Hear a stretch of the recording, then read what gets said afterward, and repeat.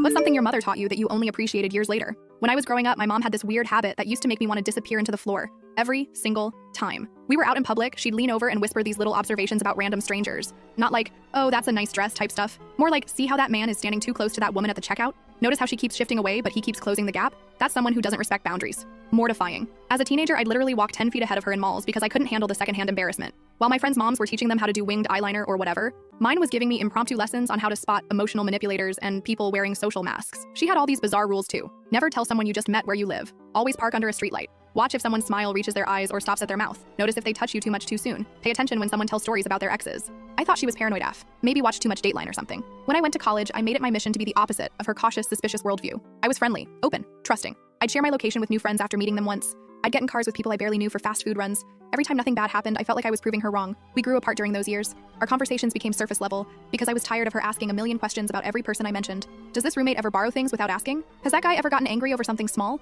Exhausting. After graduation, I moved to Phoenix and we were down to obligatory holiday calls. I felt guilty sometimes, but I was living my life my way. I had roommates, a decent job, and was using all the dating apps mom would have had an absolute meltdown over. That's when I matched with Travis. His profile wasn't flashy, just hiking photos and one with a dog. Not even his. Found out later, LOL. Our first date was at this little coffee shop where he knew all the baristas by name. He remembered everything I mentioned from our chats and asked thoughtful follow-up questions. No red flags in sight. We started hanging out regularly, and things were going great. Travis was attentive but not clingy, interesting but also interested in me. He'd text goodnight but never blow up my phone. He was 32, had his own place, and seemed to have his life together. About 6 weeks in, we were chilling at my apartment while my roommate Ashley was out. We'd had a couple beers. Travis started telling me about his ex and how crazy she got after they broke up. According to him, she spread rumors, stalked him, even tried to get him fired. He said it so casually, but something about the story felt off. And then, like some weird cosmic joke, my mom's voice popped into my head. When someone tells you all their exes were crazy, ask yourself what's the common denominator in those relationships. I brushed it off, but later that night when Travis went to the bathroom, his phone lit up on my coffee table. Not snooping, I swear, it was just right there. The notification preview showed a message from someone saved as Kristen with heart emoji saying, "Miss you too, baby, can't wait until..."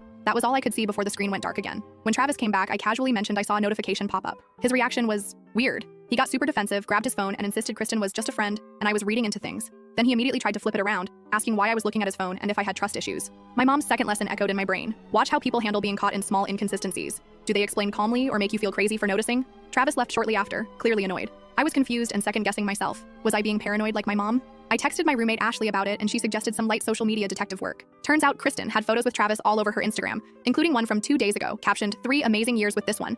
I confronted Travis over text. Yes, I know, but I was too shook for a call. Instead of apologizing or explaining, he sent me a novel about how I was just like his crazy ex for invading his privacy and how he was just having fun and I was obviously way too serious. So yeah, turns out my mom's weird lessons about watching for signs were actually solid advice. I called her that night for the first time in months. Now we talk weekly. And yes, I still roll my eyes sometimes when she starts analyzing the body language of people in my Instagram photos, but I'm not embarrassed anymore. Turns out moms really do know some shit.